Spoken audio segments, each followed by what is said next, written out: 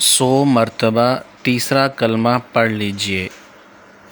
سبحان اللہ والحمد للہ ولا الہ الا اللہ واللہ اکبر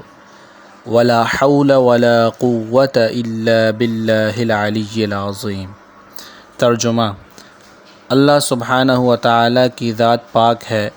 اور تمام تعریف اللہ سبحانہ و تعالیٰ کے لیے ہیں، اور اللہ سبحانہ و تعالیٰ کے علاوہ کوئی معبود نہیں، اور اللہ سبحانہ و تعالیٰ سب سے بڑا ہے، اور نیک کام کرنے کی قدرت اور گناہوں سے بچنے کی طاقت اللہ سبحانہ و تعالیٰ ہی کی طرف سے عطا ہوئی ہے،